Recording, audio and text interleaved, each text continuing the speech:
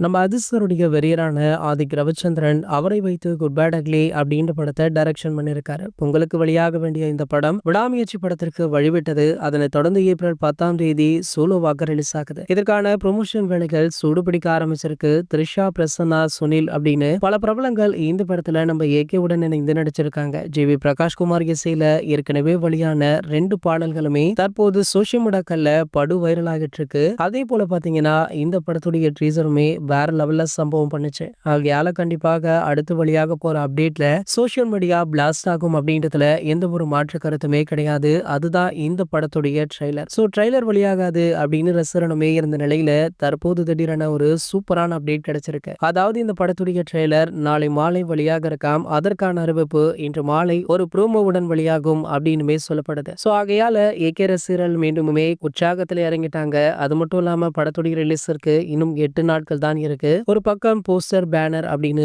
படு பிஸியாக செயல்பட்டு கொண்டும் இருக்காங்க. சரி, ஓகே, இந்த படத்துடைய ட்ரெய்லருக்காக உங்களை யாரெல்லாம் அவளுடன் காத்துட்டு இருக்கீங்க அப்படின்றத கீழே உள்ள கமெண்ட் செக்ஷன்ல கமெண்ட் பண்ணிட்டு நம்ம சேனலை மறக்காம சப்ஸ்கிரைப் பண்ணிக்கோங்க.